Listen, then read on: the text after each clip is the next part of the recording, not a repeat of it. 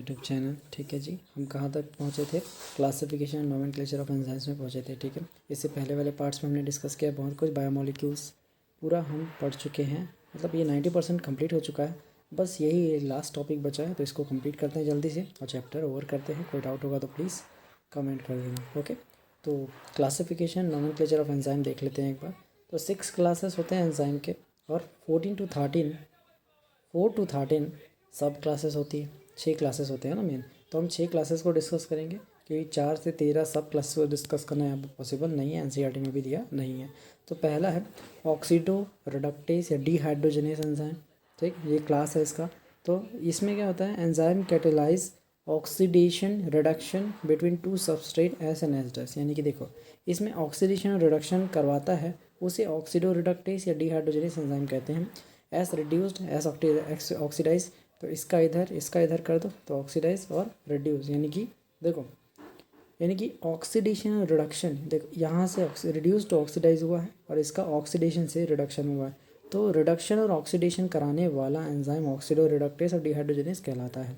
Second, ट्रांसफरेशन, यानी कि transfer of group other than hydrogen, hydrogen को छोड़ के अदर ग्रुप को ट्रांसफ़र करने वाला एंजाइम जो है ना, उसी को हम ट्रांसफरेज कहते हैं। जैसे कि एस जी इसके साथ है, एस डैश के साथ, तो अगला जो यहाँ पे एंजाइम की वजह से यहाँ पे एस डैश जी हो जाएगा और एस अलग निकल जाएगा। यहाँ पे दिख रहा है आपको, ऐसा ही है। ठीक है जी। तो अब तीसरा जो है हाइड्रोलिसिस है। तो ये क्या करता है, catalyse hydrolysis of ester ether peptide glycosidic C C bond C halide bond P N bonds, ये सबको करता है। अब आपको हाइड्रोलिसिस तो पता ही होगा, केमिस्ट्री पढ़े होंगे। चौथा point, lysis removal of substrate living double bonds, यानी कि डबल बॉन्ड का फॉर्मेशन करे ग्रुप को हटा के, कौन, लाइसिस। ठीक, क्लियर है।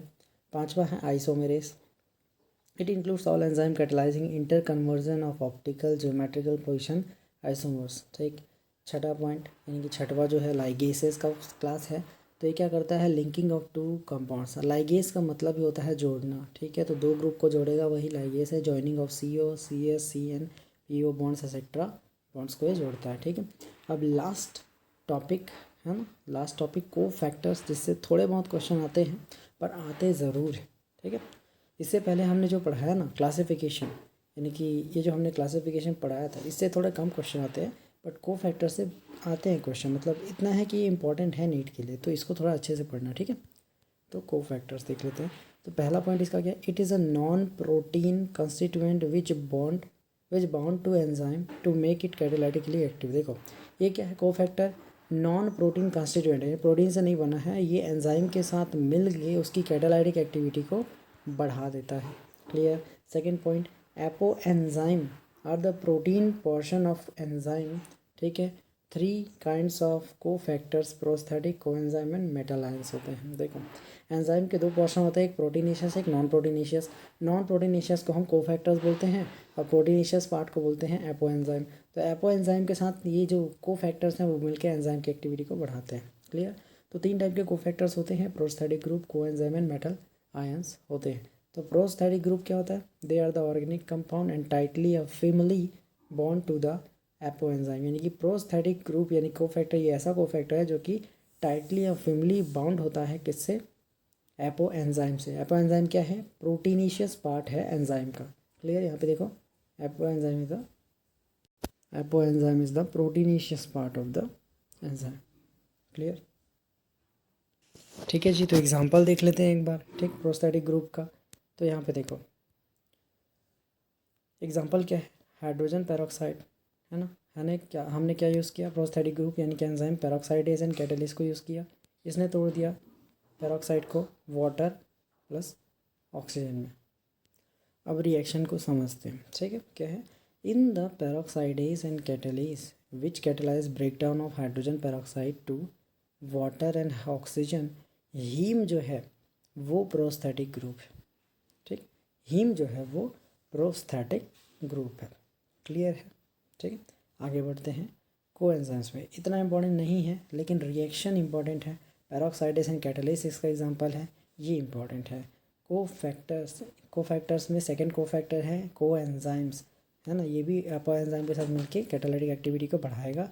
तो कोएंजाइम्स कौन कौन सा है? They are the organic compounds loosely transiently bound to the hypoenzyme. देखो क्लियर चीज़ एक तो बता देता हूँ आपको, क्वेश्चन कहाँ से आएगा कि the cofactor which is tightly और firmly attach to the hypoenzyme is called prosthetic group. Clear, ठीक है, ये पूछ देगा। दूसरा क्या पूछेगा? The cofactor which is loosely और transiently bound to the hypoenzyme is a coenzyme. और कोएंजाइम में सीधा एग्जांपल देगा कौन कौन सा? नाड़ है ना, नियासिन, ये सब बताता हूँ, पहले कोएंजाइम पढ़ लो, ठीक है। ये क्या होते हैं? लूजली या ट्रांसिएंटली बाउंड होता है हाइपोएंजाइम से। क्लियर। इंपॉर्टेंट क्या है इसका? Essential chemical component of many coenzymes are vitamins, यानी कि कोएंजाइम जो है वो विटामिन से मेनली बनते हैं, ठीक। एग्जांपल कोएंजाइम का, coenzymes nicotinamide adenine dinucleotide NAD NAD and NADP यानी फॉस्फेट, ठीक है। निकोटिनामाइड एडेनिन डाइन्यूक्लियोटाइड फॉस्फेट, ठीक, ये हो जाएगा कंटेन विटामिन नियासिन। ये क्वेश्चन इंपॉर्टेंट है, नीट में आया है। Coenzyme nicotinamide adenine dinucleotide NAD and NADP contain the vitamin niacin, ये इंपॉर्टेंट चीज़ है। तीसरा जो कोफैक्टर वो है मेटल आयंस, ठीक। They form coordination bonds with substrate, ठीक है। और एग्जांपल क्या होगा इसका? एग्जांपल पहला, zinc is the cofactor for proteolytic enzyme carboxypeptidase, ठीक है जी। Zinc is the cofactor for proteolytic enzyme carboxy peptidase. सीधा क्वेश्चन पूछ सकता है कि जिंक जो है, जिंक किसके लिए प्रोटियोलाइटिक एंजाइम या फिर मेटल आयन है ना, तो किसके लिए? कार्बोक्सी पेप्टाइडेस एंजाइम के लिए। क्लियर। या कोफैक्टर पूछ देगा कि कार्बोक्सी पेप्टाइडेस का कोफैक्टर कौन है? मेटल आयन, जो कि है कौन? जिंक है, ठीक। और टायरोसिनेस एंजाइम के लिए, टायरोसिनेस एंजाइम के लिए कौन है cofactor? Copper is an activator of tyrosinase, ठीक। और कार्बोक्सी पेप्टाइडेस के लिए जिंक है। यहीं से क्वेश्चन बनता है बस।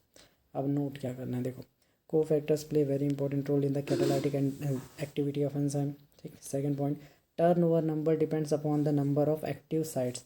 एक्टिव साइट का मतलब होता है ये जो है ना, पॉकेट क्रिबाइज एक्टिव साइट, इस पे डिपेंड करता है टर्न ओवर नंबर, यानी कि के एम वैल्यू या फिर टर्न ओवर नंबर, है ना, टर्न ओवर नंबर, बस, ठीक। तीसरा पॉइंट क्या है?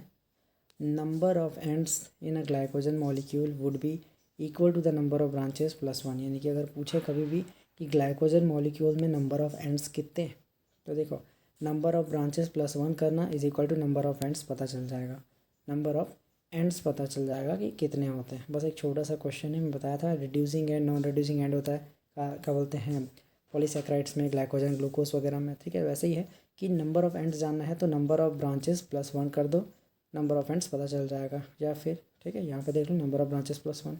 क्लियर, ये वाला लिखना है, ये वाला मत लिखना है, ये समझने के लिए था, ठीक है। तो क्वेश्चन देख लेते हैं, चैप्टर तो ओवर हो ही चुका है, कुछ क्वेश्चन देखते हैं। Which one is basic amino acid? बताया था लाइसिन बेसिक एमिनो एसिड है, वलिन न्यूट्रल है, ग्लूटामिक एसिड क्या है? एसिडिक है। टायरोसिन जो है एरोमेटिक एमिनो एसिड है, जिसमें बेंजीन जो होता है ना वो होता है उसका कंपोनेंट, ठीक। Second question, two functional group characteristics of sugars. एक हाइड्रोक्सिल एक कार्बोनिल होता है, CO और H, मतलब कि किसका बोला है? शुगर का बोला है ना, तो OH ग्रुप हो गया और CO ग्रुप हो गया। ये दोनों किसके होते हैं? शुगर के। मेनली क्या होते हैं? फंक्शनल ग्रुप होते हैं, कार्बोनिल है ना, एंड हाइड्रोक्सिल। अगर नहीं पता तो याद कर लो, 2019 का क्वेश्चन, ये 2020 का क्वेश्चन, ठीक। अगला देखते हैं, which of the following is most abundant protein in animals? Animals में कोलाजन था, एटमोसफियर पूरे बायोस्फीयर में कौन था? रूबिस्को था। Clear.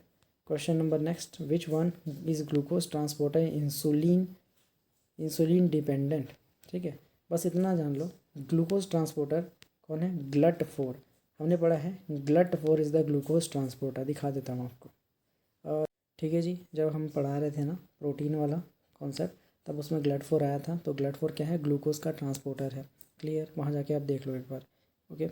Next question, chitinous exoskeleton of arthropod is N acetyl glucosamine. बताया था कॉम्प्लेक्स जो था ना, कॉम्प्लेक्स शुगर जो बोल रहे थे अपन, एन एसिटाइल ग्लूकोसामाइन, इसमें NH2 ग्रुप भी जुड़ गया है, एसिटाइल ग्रुप भी जुड़ गया, तो ये क्या है? कॉम्प्लेक्स एमिनो, नहीं कॉम्प्लेक्स शुगर्स है, ठीक है। एक बार जाके पॉलीसैकेराइड वाले सेक्शन में देख लो, इस क्वेश्चन को समझ आ जाएगा, ठीक। एक और क्वेश्चन देखते हैं, which one is not polymeric? मैंने बताया था, याद रखना है आपको कि proteins, nucleic acid, polysaccharides and lipids, ये 4 क्या होते हैं, मैक्रोमोलिक्यूल्स होते हैं। ये 3 पॉलीमेरिक सब्सटेंस होते हैं। लिपिड पॉलीमेरिक सब्सटेंस नहीं होता है। तो protein, polysaccharide, nucleic acid, lipid है ऑप्शन में, तो लिपिड लगाओ क्योंकि वो पॉलीमेरिक नहीं होता है।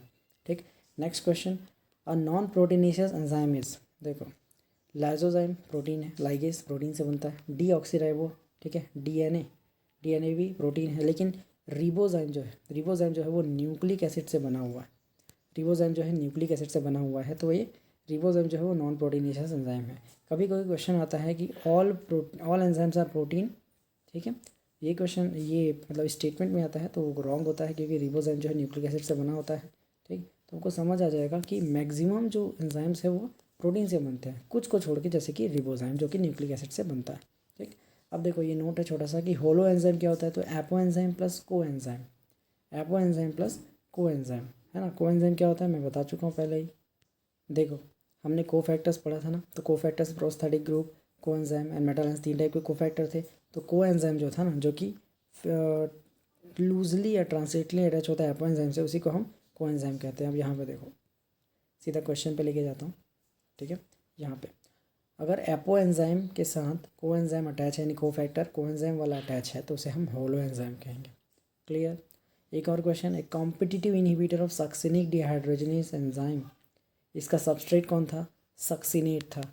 और सक्सिनेट का कॉम्पिटिटिव इनहिबिटर या फिर सक्सिनिक डिहाइड्रोजनेज का कॉम्पिटिटिव इनहिबिटर कौन था, मैलोनेट, मैलोनेट। ठीक है, अब देखना क्वेश्चन के ऑप्शंस कितने दिए होंगे, अल्फा कीटोग्लूटारेट, मैलेट, ऑक्सैलोएसिडेट, मैलोनेट। ठीक, 2 चीज में कन्फ्यूज़न होगा, मैलेट में और मैलोनेट में, तो मैलोनेट सही आंसर है, टिक करना, आगे बढ़ना। कन्फ्यूज़न नहीं हो सकता है, ये नहीं है, लेकिन मैलोनेट ही सही आंसर है क्योंकि टर्म एक जैसा दिख रहा है ना, मैलेट मैलोनेट। ठीक है, last question, enzymes not found in, देखो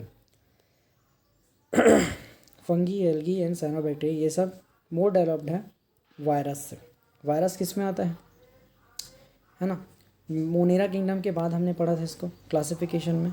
ठीक है, तो ये बहुत ही लेस डेवलप्ड है और ये पूरी तरीके से ना ही लिविंग है ना ही नॉन लिविंग है, तो इसमें एंजाइम्स नहीं पाए जाते। ठीक है, नहीं पता होगा तो छोटा सा ऐसे ही जनरल नॉलेज है। क्लियर।